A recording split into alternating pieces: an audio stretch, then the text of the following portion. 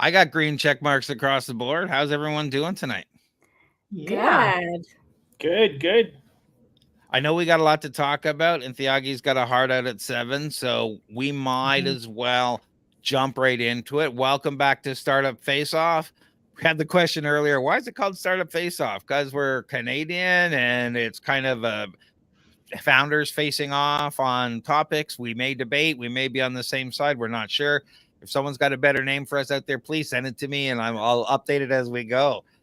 But with that in mind, we might as well introduce my guests and to my Alex. Sorry, I was trying to point to Alex there, from co-founder of Consulta. How you doing, Alex? Good. Very excited to be here and see all these friendly faces. I'm looking forward to the debate and the battle. Why don't you tell us quickly about Consulta? I'll give you my one-liner. Otherwise, as you all know, it'll be 1 hour. I'm Alex, founder of Consulta.com. We are a marketplace and business community featuring some of the world's best vetted consultants, including this fine gentleman you'll hear from in a minute, John. And I hope maybe down the road very soon, our other guests as well, maybe will be joining us. So really excited to see everyone. And I spend most of my days talking to startups and founders and small business owners. So this is very exciting for me to have an opportunity to ramble on and engage in some great debate around startup world and to hear what everyone else has to share. Oh, Craig, we lost you. Now it's just a beauty. Oh, I muted myself. And Thiagi, over to you. What's going on with you and Oot? Great. Thanks so much, Craig, for having me on here. It's great to see familiar faces like John, and nice to meet you, Alex. Great to duke it out, right? So my name is Thiagi. I'm the CEO and co-founder of Oot Social Health. Oot is all about human connectivity, which means that we believe in face-to-face connections.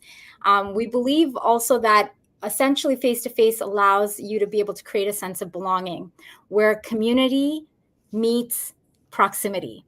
So that's what we're all about. And we can get into it at some point, what the platform ultimately entails, but we're super pumped to be here, or I'm super pumped to be here today.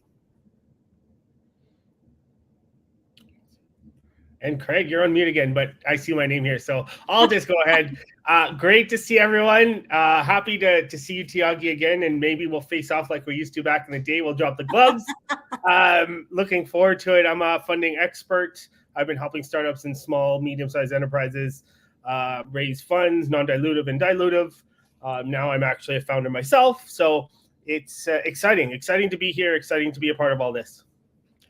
Fantastic. And I think we're just going to jump right into it. And I'll try not to mute my mic anymore, so we won't have that problem. The first thing we're going to talk about is the government doing enough to help startups in Canada from a funding and support point of view? We've discussed this in a couple of podcasts based on different things shutting down and different programs opening up, John. But we have a couple other founders here, and I thought, let's open it up. What are we struggling with that the government can be doing better? And what programs are out there that maybe we're not taking advantage of? Alex, where do you want to start? Oh, I love this one. So I'm excited. Are they doing enough? That's a word, enough. The qualification it's a difficult one. When I was first thinking about this, I did kind of initially think, oh yeah, they're doing pretty well compared to, so many other places where we don't have so many opportunities, blah, blah. But then as I started thinking about it more and more, I got angrier and angrier. I was like, no, they definitely could be doing a lot more. And I'll just throw my rambles out there to get us started. And then I can't wait to hear what you all have to add. But, I think basically for me, the challenge is I think the government has created and launched a lot of programs, especially in the last couple of years. And you guys would know better than I would about those. So there have been a lot of initiatives targeted at startups, at small businesses, at immigrants, newcomers, a lot of the underrepresented groups. And so I'm really happy to see that happening. But the programs are still pretty small. Like most of them give you peanuts. I find they're also still hard to find. So if you don't, if you don't know about them, and if you don't have someone to let you know that they're out there, that's a challenge. I also find they're very hard to qualify and to navigate. You kind of have to know a who's who and what words to use in order to really take advantage of them. And I have lots more rambles around that. And I guess the last piece, before handing it over to some others, I think there's also just like a focus on financial coverage, which is great. We all need money and we all want money, but money without guidance and direction is wasteful. And so there's a lot of money out there, but I think the help could be, could come in other ways. So like in the States through the SBA, they have a lot of programs that are focused more on like advisory. You get programs, you get frameworks, you get kind of structure to help you spend the money wisely. Whereas I find here, it's more like, here's a new program, apply, here's some cash, and then what? So it's a little bit of a vicious cycle. I think we have to work on improving, how these programs are actually implemented. I'll pause. I'm really keen to hear what you have to say. Thiagi, what do you think? You know what? For the most part, I agree with you, Alex. I think that there's definitely some areas that I think the government can do more. So I'm right now in the thick of it with our own startup at OOT. And the thing that I think I've discerned in my experience is if you've crossed the chasm, meaning you've crossed the chasm where you've built an MVP or you have a crazy solid team and you have the ability to raise VC funding or external funding and get some solid, investment in place, then the government seems to be very apt to helping you, right? There's a number of programs that are available. Yeah. But on the flip side, I do also think now, because I have actually worked with John, because John's provided me with some guidance. I've also reached out to other individuals. Like there's a lovely gentleman named Peter McFadzean, who is an innovation advisor from the Government of Canada. And so he's helped me understand and navigate the different grant programs that are available, right? So there's specific grant portals that you can enter into that are specifically for grants that anyone can apply for. And I think now with the advent of ChatGPT, which is fantastic, it's more than ever easier to actually apply for these various programs, because you can, for the most part, start to knock off a number of these various grants that are available to you. So I'm of the opinion that we do have a lot open to us, but it is about surfacing that data. And I think programs like yourself, Craig, that you're sharing in terms of this knowledge sharing that we're doing right now, this is critical, right? So that this information starts to surface, so people are more aware. Absolutely. That's why we're doing it. Yeah. John? Yeah, don't even get me started. There's a huge disconnect, and there's a lot of barriers that need to be. There's a huge disconnect between the definition of what a startup is from the government's perspective and what an actual startup is, and that's a huge problem. So, and just to reiterate what Thiagi was saying, yeah, it's once you've reached a certain threshold, yeah, there's tons of funding available to you, but it's getting to that threshold. And I know government, the risk averse, right? But still, there's a huge problem with access to non-dilutive funding. There are search engines out there like the Business Benefits Finder that you can use. I know Thiagi's used it. I know Alex, you've used it. It's okay. But there's thousands and thousands and thousands of different types of funding out there. Anything from if you want to write a book to you want to build a video game, everything like that. But the problem is finding it. And like even myself as a funding expert, it's difficult to get into a new industry and find those grants. Like I'm now doing health industry stuff, and there's so many opportunities in the health industry that I wasn't aware of because I was focused mostly on software development outside of just health. So there's a huge barrier to access these types of funding. Not only so to kind of go off of Thiagi's point too, ChatGPT, with the advent of ChatGPT being introduced, it kind of goes to show you that the whole application process is a broken process, because if we can use these AIs to apply, well, then it's just, yeah, it's there's a lot of change that needs to come. And I know that the government did announce that they are going to look at the SHRED program this year and a couple of other things. They've got a bunch of other things in the works, but it takes forever to get any change done. Yeah. If I can just add, because I did write down a few websites and grant programs that I would love to share. So, for example, OntarioBusinessGrants.com. In addition to the benefits finder, I found that this website is phenomenal. Phenomenal. So OntarioBusinessGrants.com. The other one is there's the digital technology supercluster that, for all intents and purposes, that was literally a Google search. And, you know, we got into it. We had to do a very formal RFP type process, but it was great. Grants and Contribution System Canada. I had no idea there was a Grants and Contribution System Canada. This is a government portal that you need to register, you know, obviously as a Canadian entity. And I think that's it for what I have. Oh, yep. And then Business Benefits Finder that you mentioned, John. So I think there's a number of different tools out there, but even getting in contact with someone from the government of Canada, like that gentleman who's an innovation advisor. So if you go on LinkedIn and you type up innovation advisor, government of Canada, you'll find a number of folks. That's what their role is to help advise you to maneuver inside the government funding process. We've also got a couple of web pages on torontostarts.com, one about grants and loans and one about tax credits programs. It's not exhaustive, but it's a place to start for people. On top of these, all the links that were mentioned will be in the show notes, so take a look at those. Those are great resources. There's a lot of money available. It's just not necessarily available at the right time for the right companies, but it's also, I believe, there is a flip side where a lot of companies are looking for money when they're not ready, and the government gives money to companies when they're not ready for it. So I think there's a big disconnect to that, where we need to be qualifying the companies better. But maybe, you know, John and I discuss this once in a while on our Future Tech podcast, that we should be a little bit more generous with smaller amounts of money earlier, but force them to track KPIs. And once they reach a certain level, then they become potentially eligible for other funding once they've met certain go-to-market criteria, ROI, certain number of clients, whatever. There's a lot of things we can put in place. Then they get potentially more money. I think there's a lot of money going on at the 200,000 plus level when there should be more money going on at the $25,000 level. Yeah, that makes good point.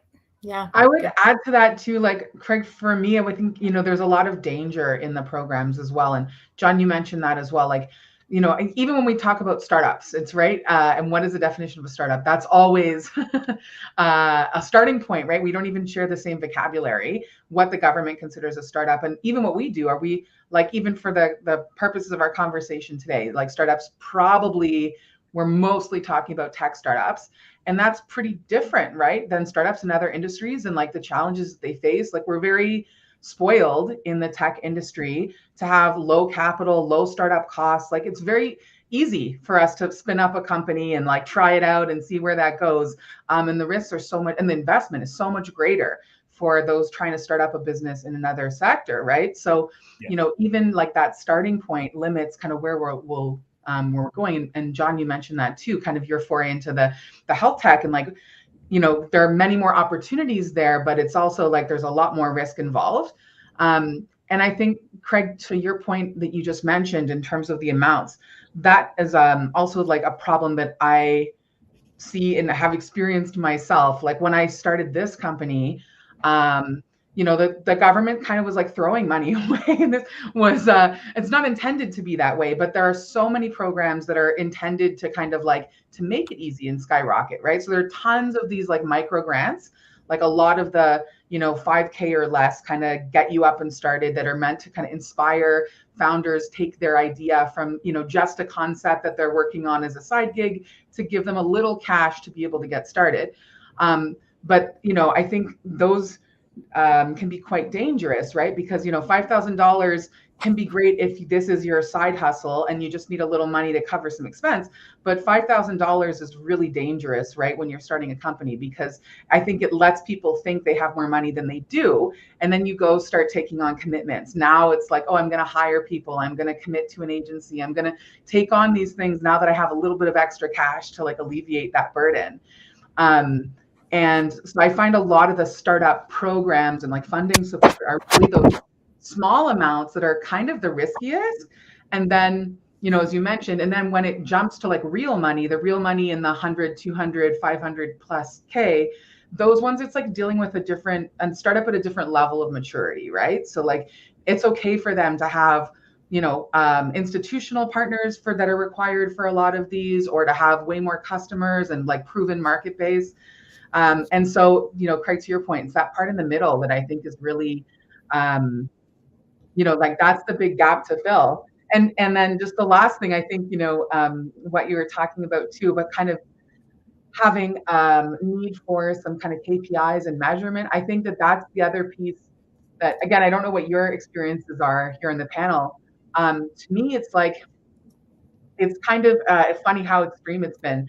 So when it comes to like the government programs for example, the hiring grants, there are a lot of the programs right being offered now to support like co-op students and the summer jobs. There's a lot of the digital skills programs for those under 30.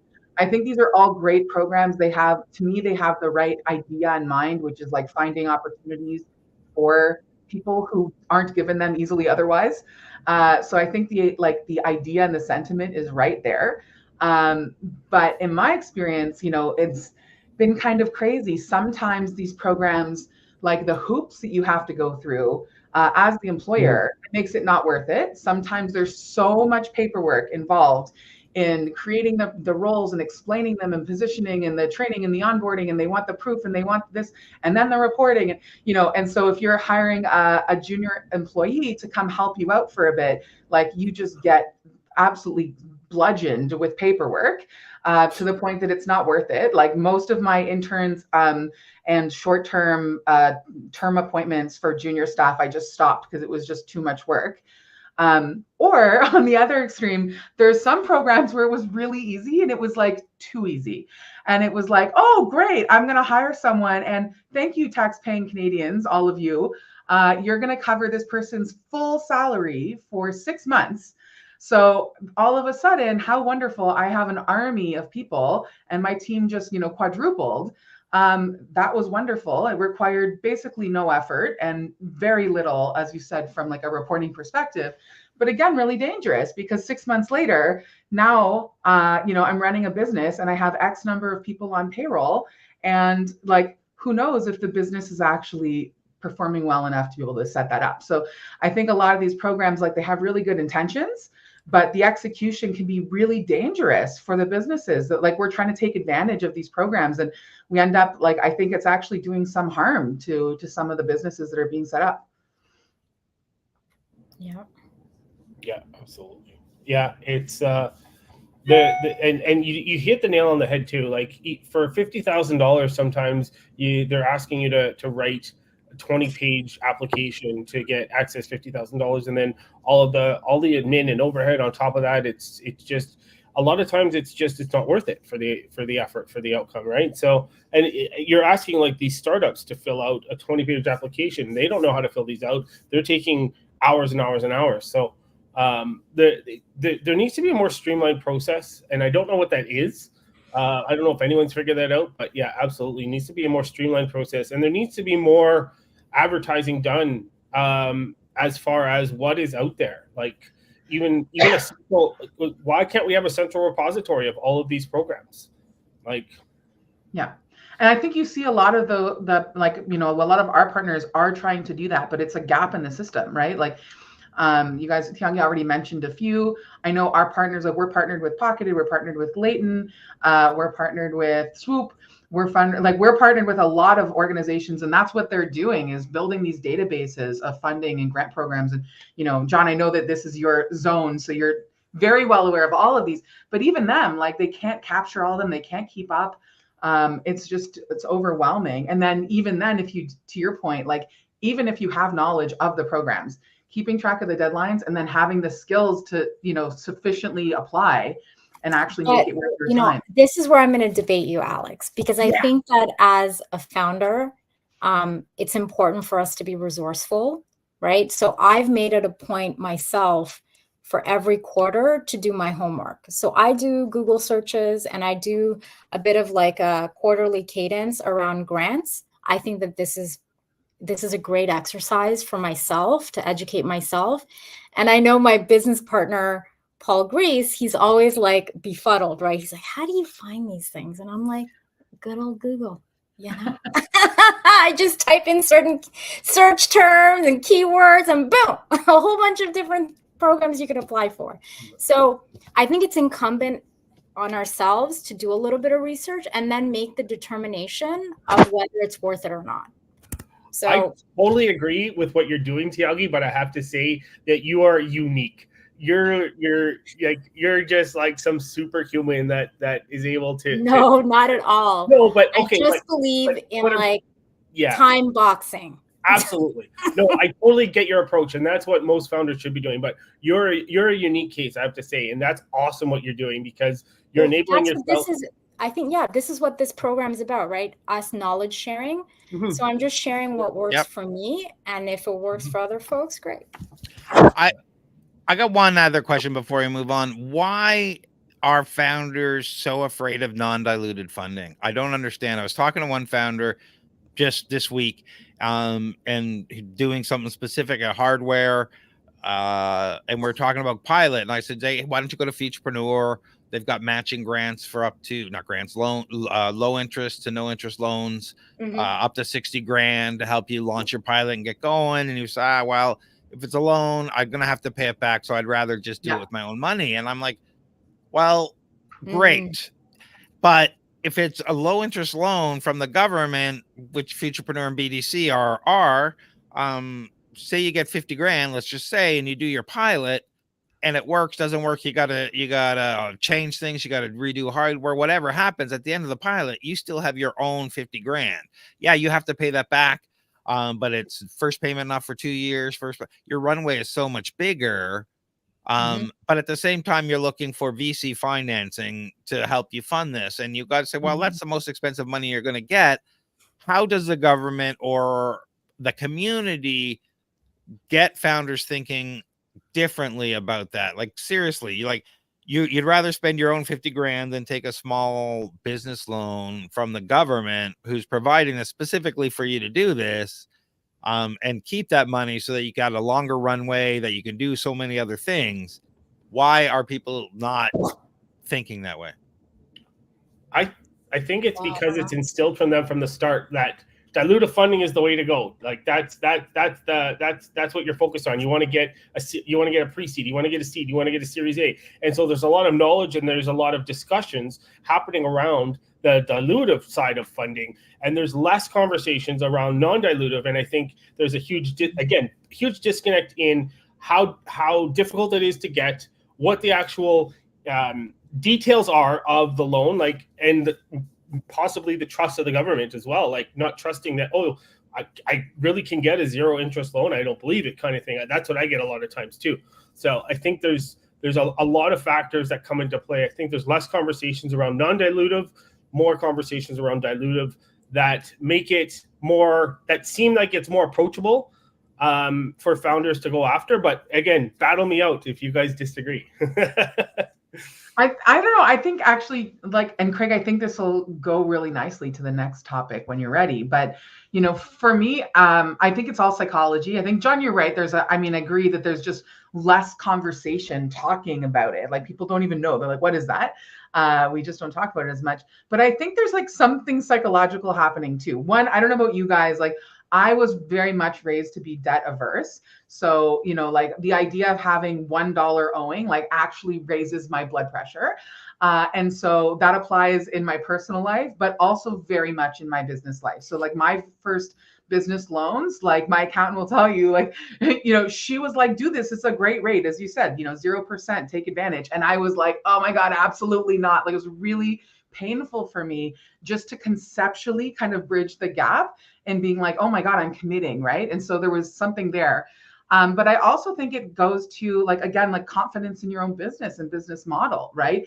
To your point, like, if, you know, Craig, what you were saying about like, you're going to take that 50K, like it's weird because we ask founders, we ask angels, we ask VCs, like we want their money, and we feel pretty confident in getting in front of them and saying, my business is awesome, and this is why I'm unique, and this is why you should invest in me. But then it's strange that most founders are not necessarily easily ready to go put their money where their mouth is too, right? And so I know it's a dangerous like line to cross, but I think it is just psychologically kind of traumatic to be like, wow, okay, I'm going to go put in my own 20 or 50 or 100K into this. But at the same time, I kind of think that we should see that from founders, right? Like if your product and your startup is that awesome and unique and special, and you are doing something great, aren't you willing to take a bet on yourself? Right? And like, how do you expect all these other people to back you if you're not willing to kind of dive in and take that risk first? I would love to just add one point to this, which is the way I see debt, right? Because that's ultimately what we're talking about, is we have to see it from the standpoint of even purchasing a home. It's an investment. You typically make investments in your life. So I personally see a lot of debt, right? And the thing is, I've always, you know, my significant other, he thinks I'm slightly freewheeling. However, I have multiple investments in multiple diversified portfolios to ensure that I have diversity in my investments. But doing a startup is an investment. You're investing your time, you're investing your resources, you're investing your reputation, you're investing a number of key elements of what makes up you, including your resources. So I think we need to reframe it from debt to investment, and making sure that we put the wherewithal to ensure that that investment comes to fruition. I think that's ultimately what it boils down to. Totally. Yeah. Topic, I'm disagreeing. Houses should not be used as an investment. Yeah. You know what? I disagree with you. There you go. I disagree with you because you know what? Most of even my primary residences have been extremely fruitful for me in multiple ways by way of leverage. Good. So for various reasons. In my last thought, and I'm going to jump in, and I've rearranged the questions because Thiagi has to leave early just in case, and this one's taking a while, is if you have the money and you're looking for VC and angel money investment, but you don't want to take a loan, even though you have the money to do this, you know, here's the thought, especially in this scenario, your company is worth way more after a pilot, after spending that $50,000 on your pilot with a couple letters of intent, and you've deployed this thing. I'm not going to say what it was, and you've got the experience doing it. You got hundreds of transactions or whatever. Your valuation is way more than right now when it's just an idea and you're not doing anything. Mm-hmm. And so spending that money is probably, whether it's your money or a loan, is probably the best money you're ever going to spend. Because you're going from a $2 million idea to a $20 million idea once you've done a pilot. And that, you know, now you're seeking funding at 20 million rather than at a 2 million valuation and that kind of stuff. It's crazy. And that's exactly the type of frame of mind that, like, I think like startups should be thinking about, right? We should be looking at the math. We should be looking at the valuations. We should be understanding what our risk tolerance is as individuals and who's part of our team that could potentially burden the risk as well. But all of those things need to factor in, and then you can make a decision accordingly. But you got to take all of those factors into play. All right, moving on. I've been saying this for a while. I started my first startup back in 2015, and we were trying to solve this loneliness epidemic. And we were, at the time, I was saying we are hyper connected globally and hyper disconnected locally. And it's even gotten worse. Now we've got more and more tools, more and more AI and avatars. We're more remote from work. And we're starting to see or ramifications for that. So are we going to see changes see more people starting to disconnect electronically and more connection happening in person? Are we going to see companies doing disconnect Fridays, or what are we going to see are we going to see a trend in the opposite direction? Or are we all moving to direct implants into our brain and we're not going to stop this flow of stuff? Oh no. I mean, in some ways it's kind of exciting, but also kind of scary, right? Because we lose our ability to be humans. I think it's so important. If you don't mind, panelists, right? Like, I would love to start the conversation on this because it's near and dear to my heart. It's part of it's really the catalyst for why OOT started, is because my own levels of disconnection that I was feeling in downtown Toronto, and even being an immigrant to Canada, right? I immigrated when I was 5 years old. I mean, this was a long time ago. However, I felt the ramifications of feeling lonely as being an immigrant. And I think a lot of folks that are immigrants feel this way oftentimes when they come to a new country. But what I can say is that, I think for sure, I think that there is now, especially coming out of the pandemic, there's a move now for the real. Like, I feel it. I feel like it's almost like it's palpable. Like we need to connect with each other.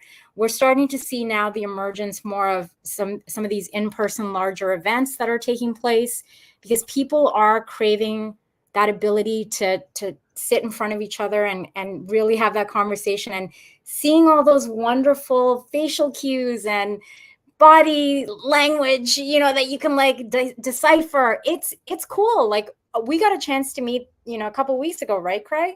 Absolutely. And it was great meeting you. It was great seeing everybody live at your Startup Drinks event. So I really enjoy it. I think that there's a desire and a craving for the real. I agree. Anyone else? I think that there's some apps that are coming out that could potentially help solve that. Yes. Yes. Hopefully. Yeah. I honestly, Shaggy, you could pay me your money after, but I'm just kidding. I've been a beta tester for the OOT platform, and I think it's got great potential to help for us to take it from virtual to in person, and not just force us, but encourage us. So I think it's great. But no, I have to admit, I was a big proponent of always in person. I was always doing things and always doing things like going out and everything like that, networking and all that sort of stuff. Then the pandemic hit, and ever since the pandemic, it's been a struggle for me to get back to meeting in person. And there have been conferences that I absolutely love to go to, like the Blockchain Futures Conference that just got announced. But I forced myself to go to those. And at the end of the day, after I get home, I'm exhausted, but I'm happy. And so I think there's still that hesitation from people that to do in person. And I don't know, I'm hoping OOT's app will help solve that. But that I think is a problem that we need to solve, is getting those people who are now comfortable at home, comfortable online, doing Zoom meetings and different things like that, getting them and encouraging them to go out to live. Live. The only thing that I'm going to add, and I'm going to turn it over to you, Alex, in just a moment, but is that there's health benefits, right, to connecting physically. Yep. We are human beings. So Yale just came out with a study in October, and it was a fantastic study that talked about, they hooked up the brains of multiple different folks that were part of the study, and they analyzed folks that were connecting face-to-face and having conversations face-to-face, and those that were just doing Zoom conversations.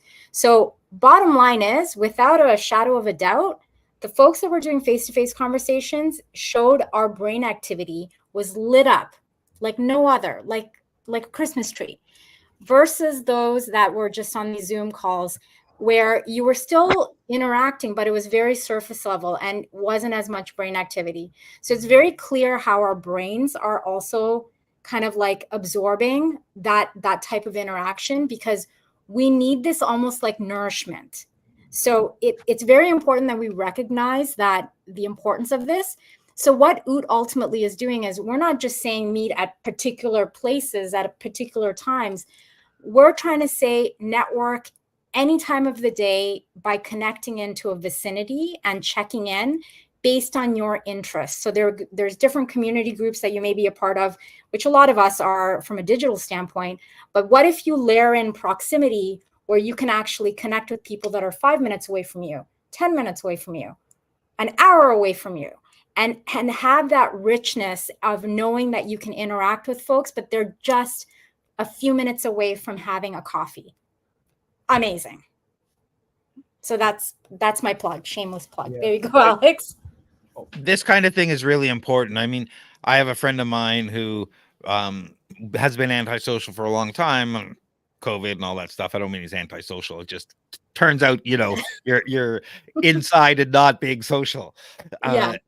And took a long time to get him to get out and meet in a group to play role-playing games or whatever. And I pushed him for like 2 years and finally found one. And it turns out like literally 3 doors down from his house is a group from, but for years he didn't do anything. And like a tool like this to say that, hey, there's people meeting, people going on, people need to connect. You say there's health benefits. It's more than that. Connecting and meeting people face to face is more important to your health than diet and exercise. Like, for your longevity, you'll last so much longer. It's more important than going to the gym is smiling and talking to your barista, talking to people, talking to those other, right? Yeah, laughing. you got Absolutely. it. You got this it. stuff is so important, and we really need to be taking phones away. Are we going to start seeing more events where we just take phones away and stop people from looking at each other? I mean, I think it'd be a great idea. Put your phone in the bag. Yeah. I like a good ROI and optimized time. So that's where we love, the OOT platform helps you see the folks that are in the room that are checked in, so you can better optimize and connect even more effectively. So you have a little bit of data on folks so that, you can connect better. But listen, I want to actually hear what Alex has to say on this topic too. No, I'm actually, now I'm just feeling, I have a little FOMO right now. It's like, I wish that I had my OOT preview so that I could also, weigh in on it. But I'm excited. I'll sign up for that. I'm excited another time. Yeah, no, I mean, I think this really great discussion. I don't think there'll be much debate here because we'll probably be mostly in agreement. I think what you guys have mentioned is entirely true. I think, Craig, you kind of kicked off the conversation too about work-life balance and hybrid work and remote work. I think, we've all seen that, I'm thankful, scandalous point, but I am thankful for the pandemic for what it did for us technologically and really kickstarting the remote work movement. I don't know about you guys. I think most of us, especially those who were in kind of corporate stuffy jobs, my last company that I will not name, explicitly said no remote work, period. It was like, if you do not come to the office, you do not have a job here. And as part of the management team, that was the message that I was expected to enforce with all of my team and my staff. And I fundamentally disagreed with it. So, I'm thankful to COVID for that because, organizations that were not flexible were forced to change. And so I think there was a lot of great positive, but, as you guys have all said, with great power comes great responsibility. We have, as you said, the pendulum has swung. And I think we've all become really blessed, frankly, by the convenience and the positives that came from remote work. But I think we've also all become a little bit, well, as you said, all of you have mentioned, there are a lot of dangers and risks that came with that we didn't necessarily anticipate, right? I think 5 years ago, working from home was for me, it's always been a real pleasure. It's been it's a real, something you take for granted, right? It was how nice that I'm able to do this and avoid, sitting long commutes and blah, blah, blah, and all these 100 wonderful reasons. And we didn't really spend a lot of time thinking about what are the negative ramifications. What are we losing? Anyways, I think you guys have said that, we know I would love to just put a PSA or something out there around the fact that we know the benefits of things like exercise. We know the benefits of eating well, right? Like whole foods and like good food. We know these things. We know them because it's been taught to us now. It's now ingrained in as part of our society. There's now a massive shift that I think governments are now putting emphasis on around social health, that we need to actually make time for connections, whether it's work friends or whether it's within your personal life with family. We need to make sure that that part of our life is also fulfilled so that we can be happier as human beings. I think this is very important. And it doesn't necessarily have to do with physically going into the office. So a lot of times people think that I'm for that. I'm not necessarily for that. I'm saying we need flexibility. And you need to be able to connect. You need a platform to help you connect better face to face. Social media isn't doing it for us, right? Their goal is to have our eyeballs on their platforms for ads. With more than 50% of North Americans live alone, and they need to get out. COVID hits, you're by yourself, not going anywhere. You're getting your groceries delivered for 2 years, and so you need to get out of your house. I work from home most of the days because I don't live in Toronto. I live in Burlington, and I'll go to the coffee shop. They're probably sick and tired of me. Like every day I'm there for 2 or 3 hours. But, I see a lot of people that are somewhat friends now just from being there, and they see me every day. At first, they're just kind of strangers, and then they start smiling. And next thing you know, they're talking to you about their lives. So get out and connect, whether it's a co-working space, whether it's a coffee shop, whether it's downloading a social app like Oot. Go to oot.live and join the beta and take a look and start connecting locally. Yeah, because these things help, and you really need your support tribe. You really don't understand how valuable it is to start connecting again. So definitely, please, people, start connecting. And it's not just for you. Like, think about, maybe you don't need it, but probably someone else in your life does. So think about them. And Craig, if you're gonna go, I don't know, like there might be the segue to the next topic too. So I'll get ahead here. But I'm switching things around, so you're not going to guess what the next topic is. Oh no, you're doing it again. Every time I get ready. Okay. Well, then we'll save that for the next one. But just I think I love tech. I think everybody here does, right? Like we're all early adopters. We're all signed up for every beta. Invite me to. There's no beta that I will turn down. I love to be on everything. And I think that's what's wonderful about technology. There's so much great stuff, right? And it is inspiring, and it has made us, and it's not just in the last 5 or 10 or 20 years. Like that's the nature of technology and innovation. It has made us like more efficient. It's given us, like, it's just done a lot for us from a productivity perspective, the knowledge we can access. Like, obviously, I'm a big tech proponent. I think you guys are all too. So like, I'm not anti-tech here at all. But it's true that like too much of a good thing, as you said. And so, all of the wonderful tools and AI that's come now, but even before the dawn of the AI obsession, like even just automation, even all this software, like it's kind of made us so efficient and so productive that we've kind of, you joked about the chips and the plants there, Craig, like sign me up. I'm ready to be a cyborg.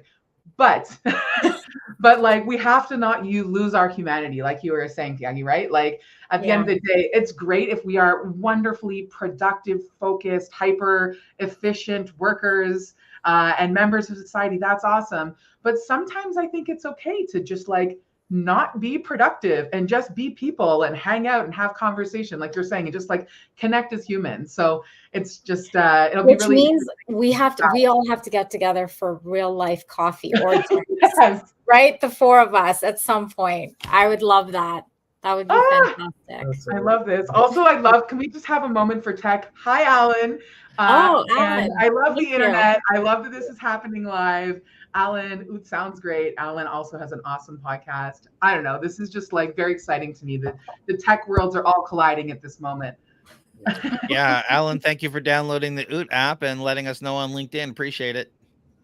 Thank you.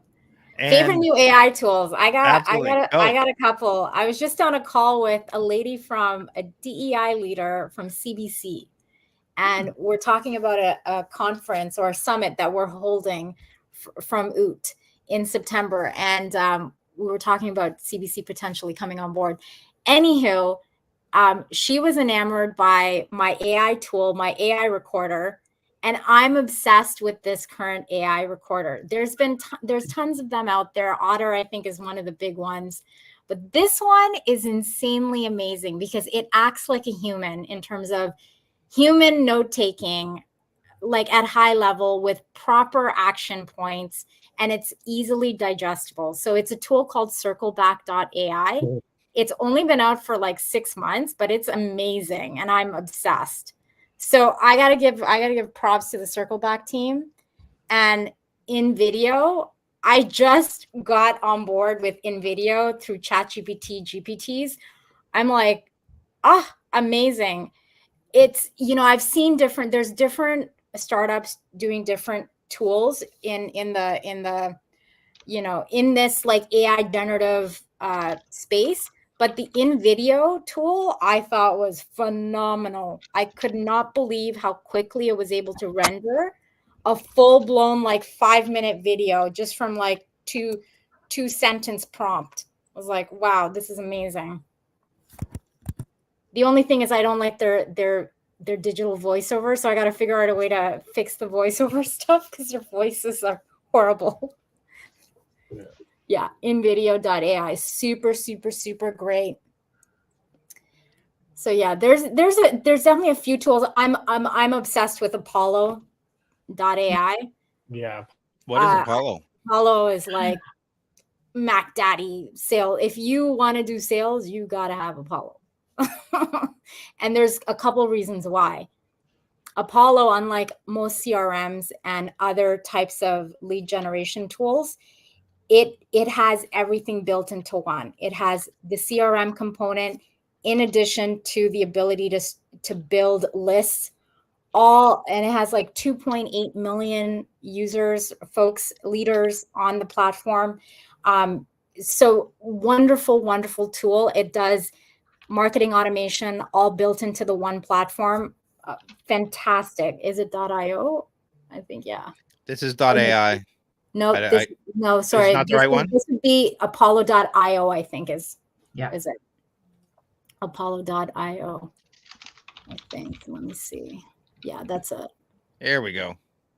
Fantastic. Like phenomenal tool.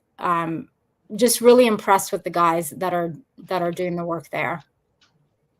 That's great. Those tools sound great. I'm going to have to look up, and I'll put all the tools in the show notes. One I'm using right now is Harpa.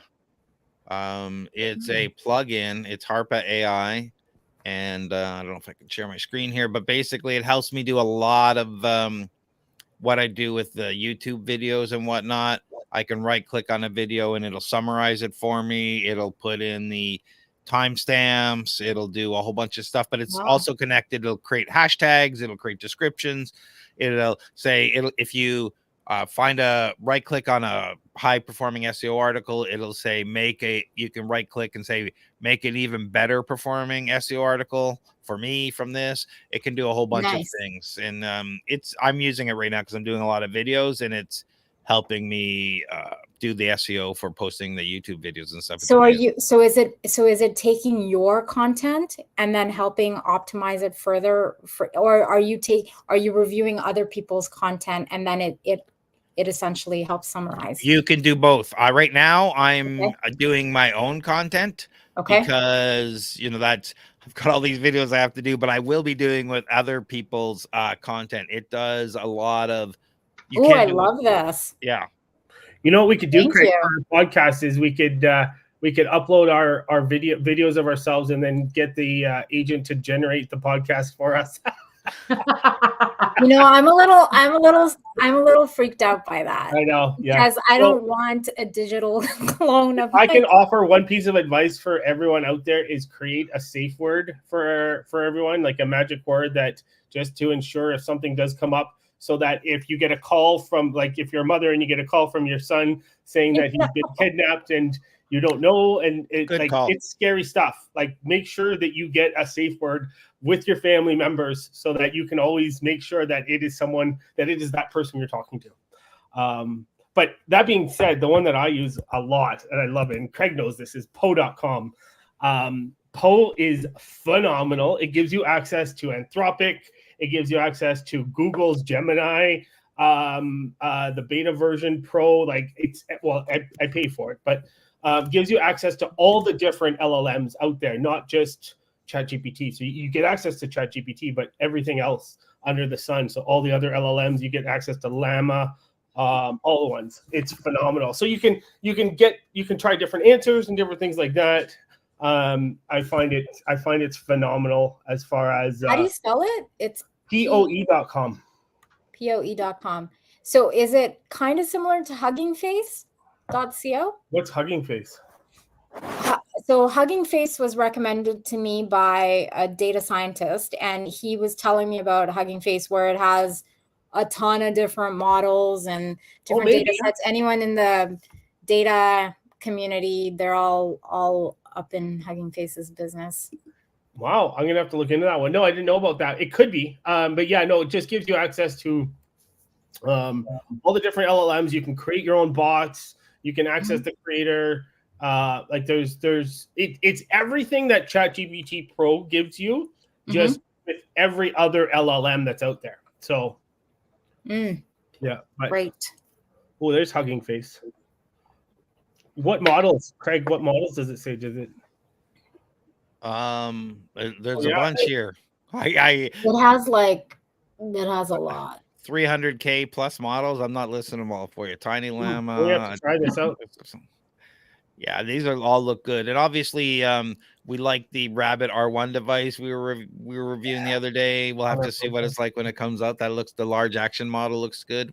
Yeah. What do you? Go ahead. I'm interested in large action models because I'm interested in AI that actually does things, that can take action on things and do tasks for you. So the Rabbit R1 is a great little 2.88 inch screen with an interface that can do tasks and perform tasks on your behalf and learn from you and things like that.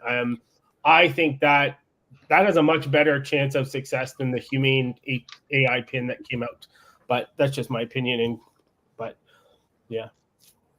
So there's another one that also came out from, so there's two organizations that I follow, because right now we're getting into the world of big data, right? Like everyone's using all sorts of data models, and we're having a lot of data, but querying the data so that you can make sense of it is also extremely important. So there's company, Y Combinator just came out with a company called Buster.so. And they allow you to query your databases quite easily, multiple different databases. You can hook it up to their backend, and you can use their front end in order to query it, which is amazing. And I think their pricing models is even more attractive than DFOG. I learned about DFOG about 6 to 8 months ago. DFOG.ai. Those guys are also doing something similar, but they're really hardcore targeting the enterprise space. Like really good stuff. Obviously, like I follow Y Combinator because, there's so many great innovations that come out of that organization and that, that accelerator, that it's always really interesting to see. I think I saw Circle back out of them too. This has been cool. Alex, you got any? I know you're writing all these down. You got any of your own? I do. It's funny. I was when we were prepping, I was like, what am I gonna do? So well, Craig knows now. I think, John, I don't know if you have discovered this about me. I do have a software shopping problem. It's a real addiction. There needs to be an SA group set up somewhere, and I maybe will be its founding member. I just cannot stop buying and trying software. So all that to say that there are so many great tools that I'm seeing pop up. There's just not enough time in the day to literally try them all and use them. So I'm in prepping for today. I was like, what am I going to mention? Because I have a little bit of AI overwhelm. that's going on, which is like there are just so many interesting platforms that people are throwing left and right, being like, I built this thing that does this and does that. And it's funny because John, I was listening to the Rabbit keynote, and as you mentioned, like I love the concept of the LAM and the large action model for the same reason. Like for me too, like I love tech, and I keep seeing all these I see all these startups, and I want to try them all, but it is frustrating. I've forgotten the guy's name, the founder there. But like the problem they're trying to address, right? Like that is the point of frustration, that today, whatever you want to do, you have to like go launch that app to do that one task. And it's totally like it's not integrated at all. And, so I love the idea of the large action model and having devices that are actually like integrated properly together. And oh, look, my own comment is coming up. This is a little moment. I'm here in Inception. Yeah, absolutely, because you're responding to I know, Alan but that about his was stuff. minutes ago. The internet's just catching up. So No, that's just me catching up. oh, okay. You are the internet, Craig. But yeah, like so that was it. I was trying to think like which tools do I use that I want to mention, but I feel badly because there are literally so many. And that's what I love. I love that like we're seeing large scale kind of like widely recognized platforms start to integrate little AI apps into them, which is pretty cool. So, I would say this is, again, unpopular opinion, but I actually really appreciate, Zoom and Zoom bombing. And there's a lot of questions around privacy and IP when it comes to Zoom and their usage of data. So like caution tale there, I'm not going to say that that's safe or reliable. Don't hold me to it. But one of the most recent, like for me, Zoom added in beta now, they have the AI assistant during the meetings. And they also have like a summarizer. And to me, that's been game changing. I know it's silly, but it's like so nice to just come to a meeting and then I leave the meeting and like, oh, I have an email that summarizes what happened in the action items. Now, sometimes what it comes up with is in no way close to what happened. So you have to, that's why I love Circle Back. Right? Those guys, I don't know, they're doing something right. Those kind of tools are awesome. So like there's so many, I think, of the meeting kind of assistants and like VA tools that are coming up.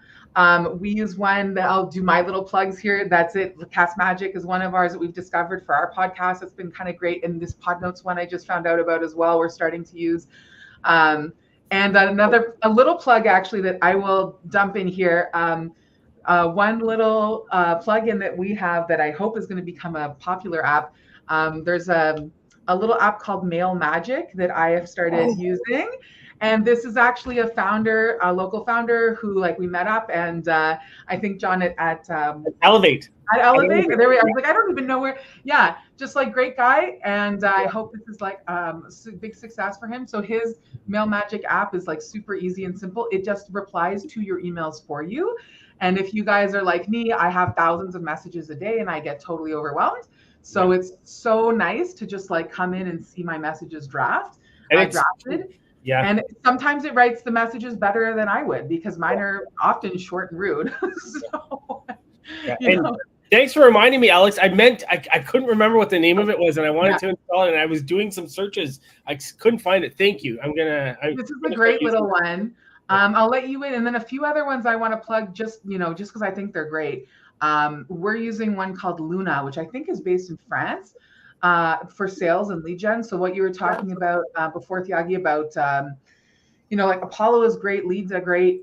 Luna is pretty brilliant, I have to say. What it does is it combines the list building with actual email outreach. So not only will it go find the leads that you want from LinkedIn, who are targeted based on your demographics and your settings, it will then actually go scan the profile of those leads and write a message to them that is customized based on their profile. So it'll say like, hey, Thiagi, I know that like as a startup founder in this space, you are burdened by, whatever, the competition of like keeping good talent. Mm-hmm. And then it'll integrate your sales message. So like, let's talk about how we can work together to help you, blah, blah. And it does that at an individual level. So that's another one that I've really been enjoying. But and so I shouldn't even share these secrets because people are like, if anyone's watching this and they're like, oh, that's going to be how you wrote to me. Oops. I don't write any of my messages basically, but there are just like some really fantastic tools. So hopefully Craig, we can send you some more after. You just brought up a good point, though, Alex. It's not about the fact that these AI tools are going to take over. They're about helping us. They're about helping us do the admin tasks that just help us to service our customers better, our clients better, kind of thing. So that's a better. Yeah, You're right. And I love any type of like LinkedIn type automation, because I think that LinkedIn, it does do a relatively good job of allowing our credentials and who we are like to be very listed out. So it helps shorten the trust gap. I'm always, in everything that I do from a business standpoint, I view everything not from a sales perspective, but more from a trust perspective. Like how do we build trust with various folks, whether it's audiences or whether it's, business leaders? How do we build the trust and shorten that trust gap so that we can get to business done faster, right? We can solve problems faster, which is critical. So anyways, if there's tools out there that help shorten that gap, all for it. So this has been great. I know you have to leave, Yagi. Well, why don't you tell us what's thank going on you. again with you and Oot? Thank you very much for having me, and so nice connecting with you again, John, and you, Alex, and Craig. You rock, right? You rock. Thanks. So everyone go download Oot and start connecting. Thank you very much. Take care. Bye now. And Alex, what's going on with you and Consulta? Uh-oh, what? Oh, I thought we were going to turn what are we going to argue about for 15 minutes here? I thought there's some other good topics. Well, we can keep going. I was just going to wrap it up. Oh, really? Well, I don't know. I'm always up for some healthy debate with you guys for a few more minutes. And all right, mystery guests have not arrived. So excellent. Well, let's get to it then. The last thing we were going to talk about is, will it be harder to get angel and VC funding in 2024? Are they losing? I actually really want to talk about this, but I actually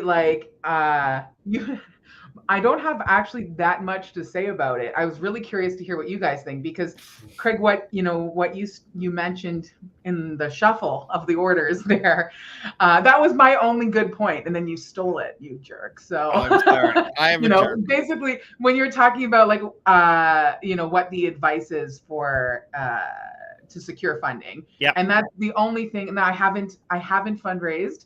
I haven't gone to the market, but I talk to a lot of people who do. So my experience is really different, right? But absolutely, like your point was going to be my only valuable point, which was really like to get in the market, to get out there as fast as possible, to get like all the cliches, but it's so true, right? And I'm learning that, just to really get there, get real users, get feedback, set up your LOIs, and like make it real, and like learn and pivot quickly, right? So that was the only little trinket of wisdom that I had to offer. But I'm really curious, because you guys, I think, speak to even more founders and startups than I do, which seems kind of crazy, because I think all of us combined is like a big network of startup connections.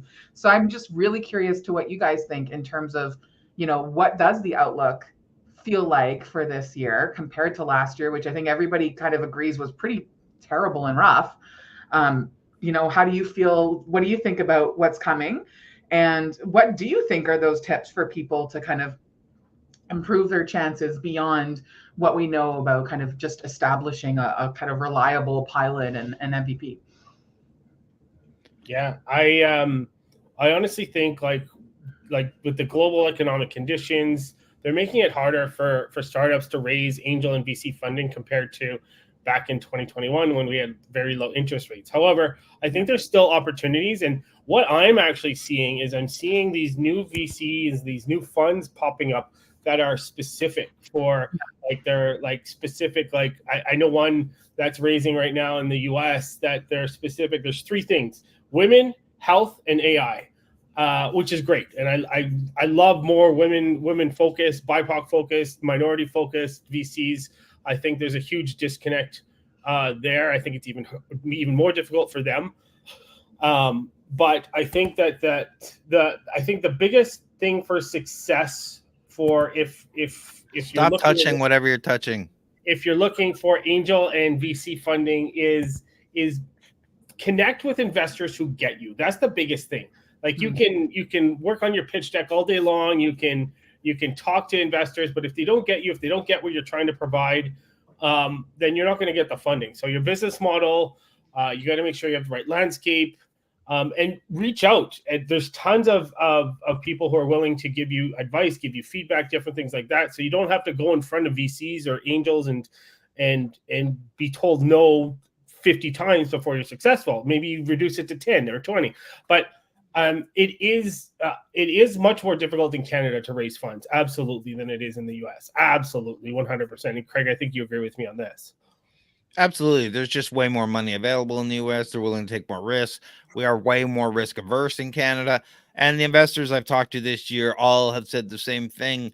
They're less about chasing the dragon this time, right? They're not about pumping money in to see future returns on a non-revenue making startup.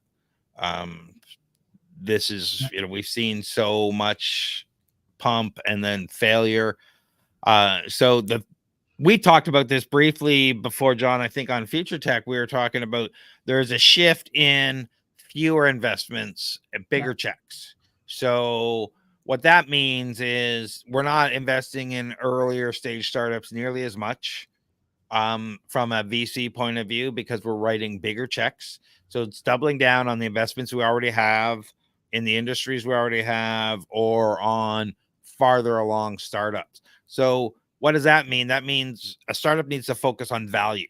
They need to focus on getting to revenue fast and getting to traction any way they can. Letters of intent, pilots go a long way to show that you're serious, and that you're learning fast, right?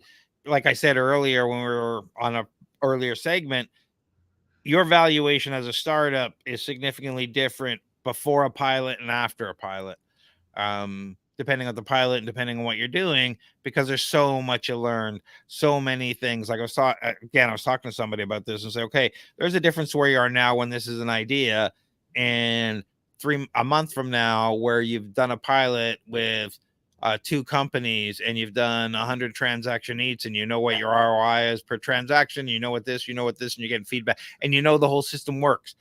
There's a bunch of things that go wrong that you have to learn to make sure fix those things along the way. You're much farther along at the end of that pilot, even with 2 clients, than you were before. Like, you've actually proven that you can do something, that it can work, that there's bugs to be fixed out.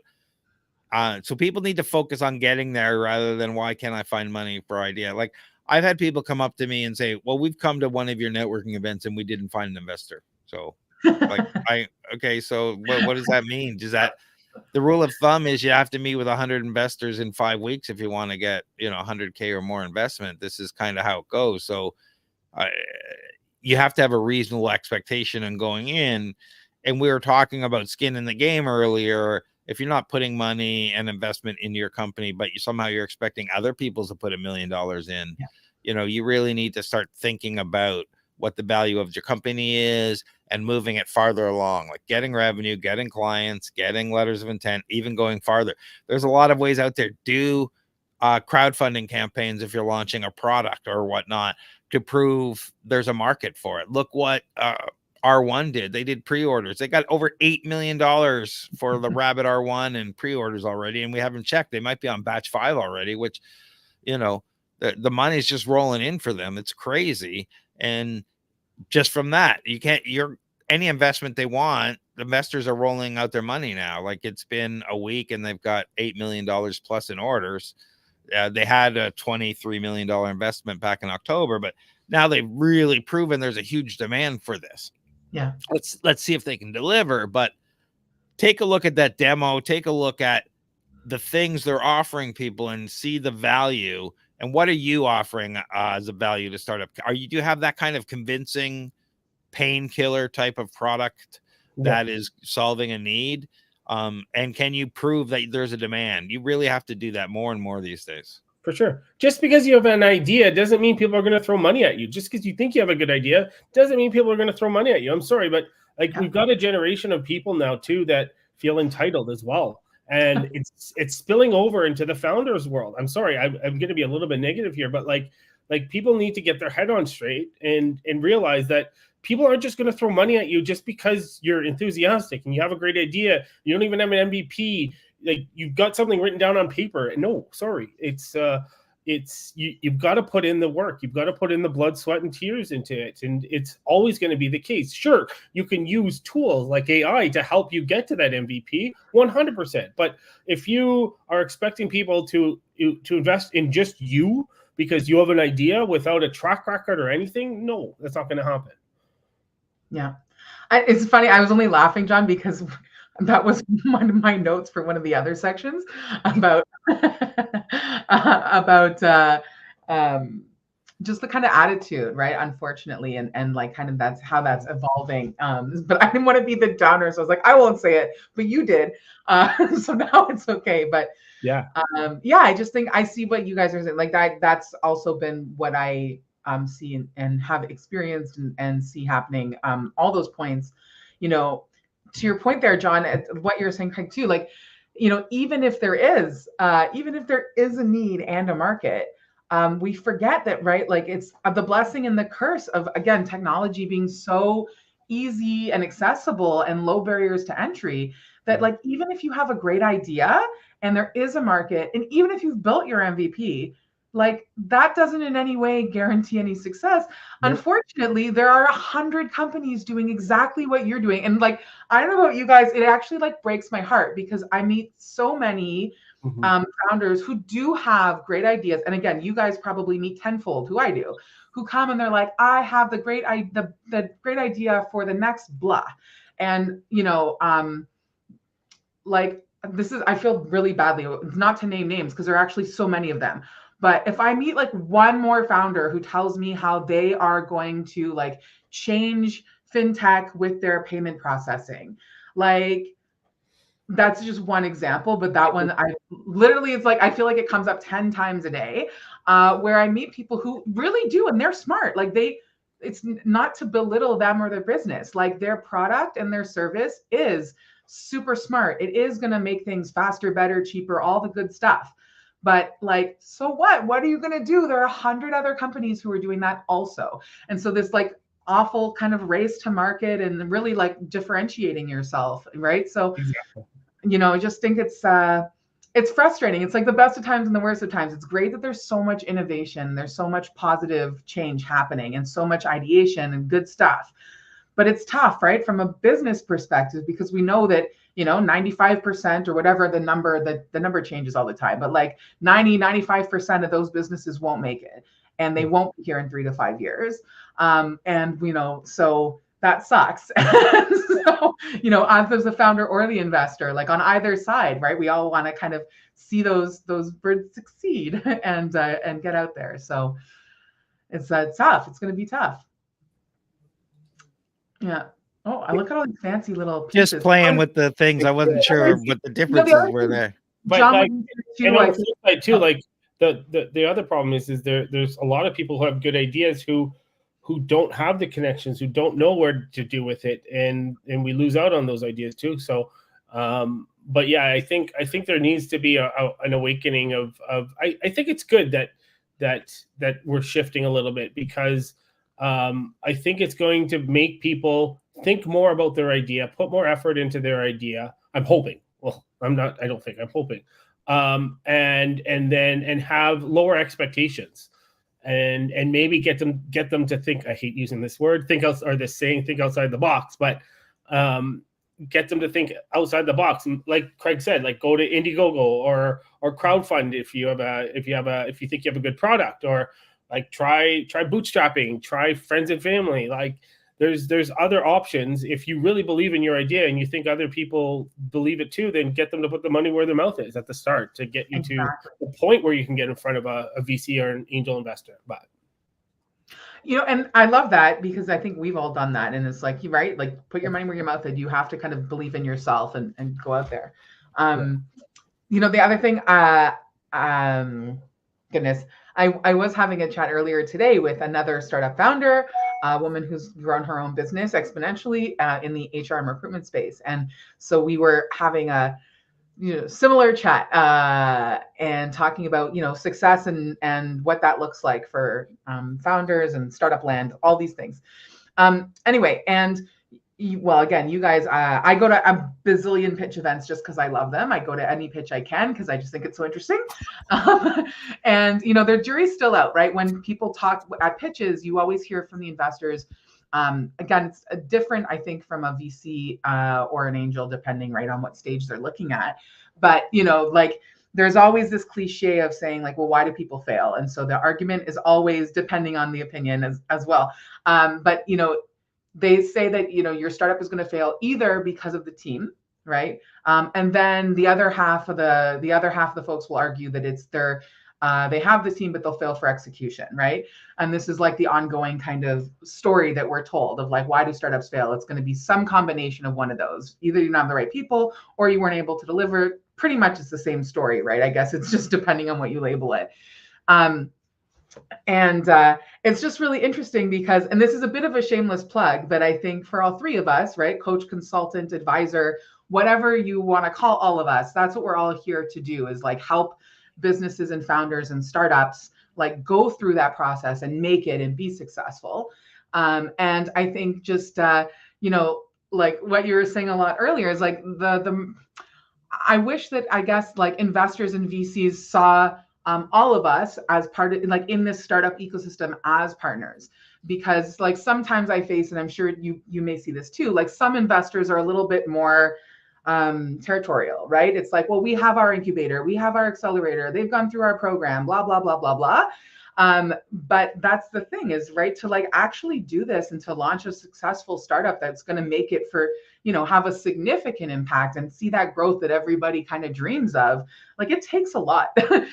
So I just think, I think I'm looking forward to hopefully, working with investors who kind of can see that investment where it's like, okay, not only are they given some cash and writing a check to a founder and like hoping that it pans out, like hopefully, we can start seeing on the investment side people who are also willing to kind of commit to the whole connection, the kit and caboodle, that like, yes, you'll get the founder, you'll get the startup, but hopefully that person comes with a network of advisors and coaches and people ready to support them so that they can like see their own blind spots and actually improve on the areas where they're lacking, right? And I think that that's something that you guys can do, that we can all do, to like give everybody more of a chance, to improve the odds of finding not only getting an investment, but then also like doing some good with that investment and really taking off and being successful with it. Yeah, I'm going to say this, and it's controversial, but it is what it is. Ideas are worthless. I got an idea. I hear that all the time. Great. I got ideas all the time. I got 5 voices in my head shouting at me different ideas while I'm talking to you right now. None of them are valuable. It's execution that matters.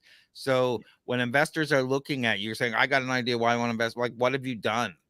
What your idea is useless. You have to show that you can execute and you can deliver on the idea. Do you have a background in this? Are you an expert in this area? Do you have, like, there's 1,000 things you should be doing. I don't know how many times I've heard people, these are a couple of quotes, I get these days. I'm going to be a YouTube star. Okay. First question. Me too. Starting with you in this show right now. This is what I hear. I'm going to be not me, but this is what I hear from a generation of people. And I say, great. How many videos have you done? And they just look at me. But you haven't done a single video, but you're going to be a YouTube star. Like, great. That's your idea. My idea is I'm going to be a YouTube star and I'm going to sit here and do whatever. And eventually some big film person's going to take those videos of you and post them. And how's that going to work? Right. Then another quote I get all the time is when people ask me about my podcasts or whatever, they're like, oh, it's my goal in life to start a podcast. And almost every single time I burst out laughing because it takes 2 freaking minutes. It literally takes 2 minutes. Open up your phone, press record, go. Right? Like, what do you mean life goal? Like, are you waiting for years to do this? This is the problem about ideas. Like, I got Yeah. this idea, great. But you haven't even recorded a single thought.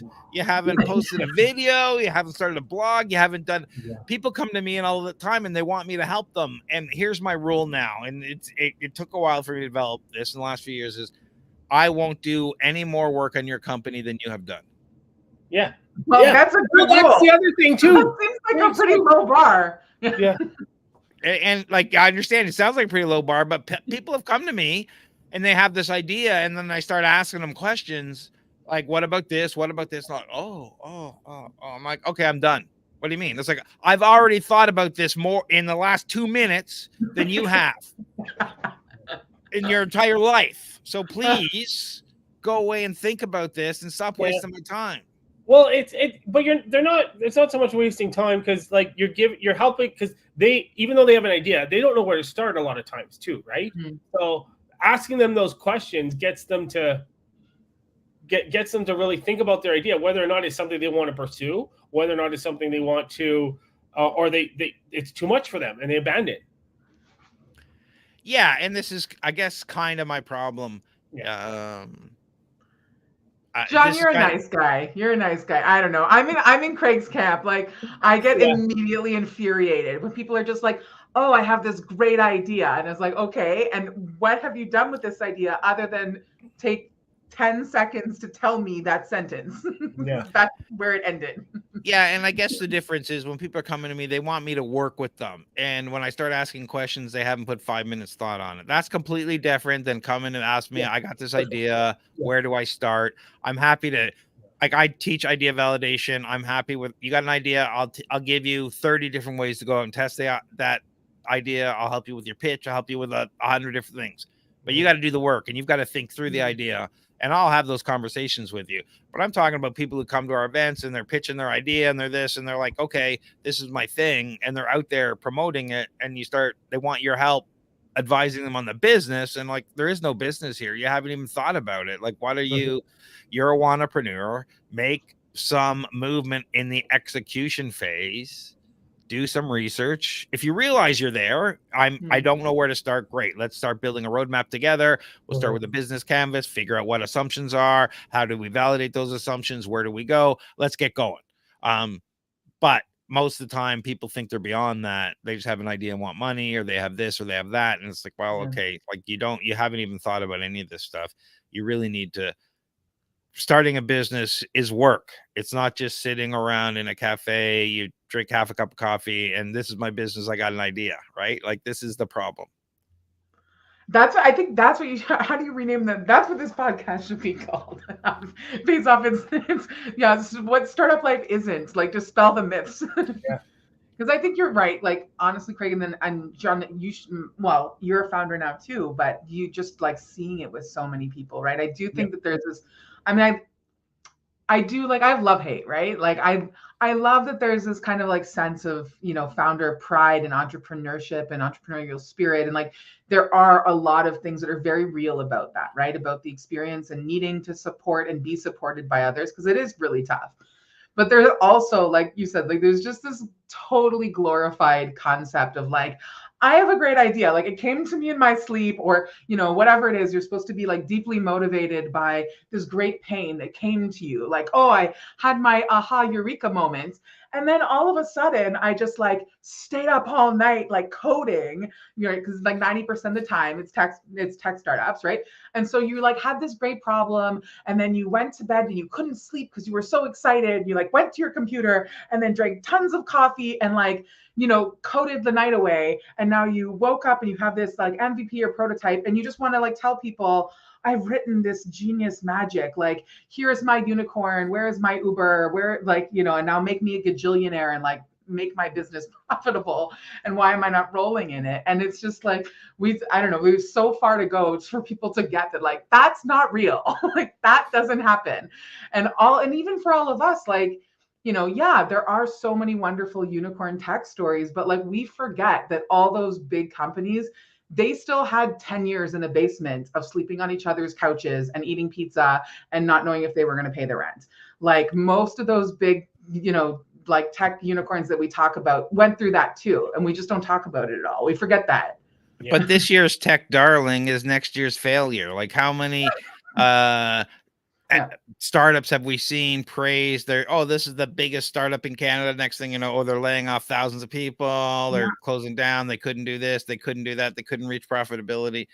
We see stuff with Uber. We see it with WeWork. We see these huge companies that aren't necessarily making money, but are out there doing things that people worship and think of as this glorious thing.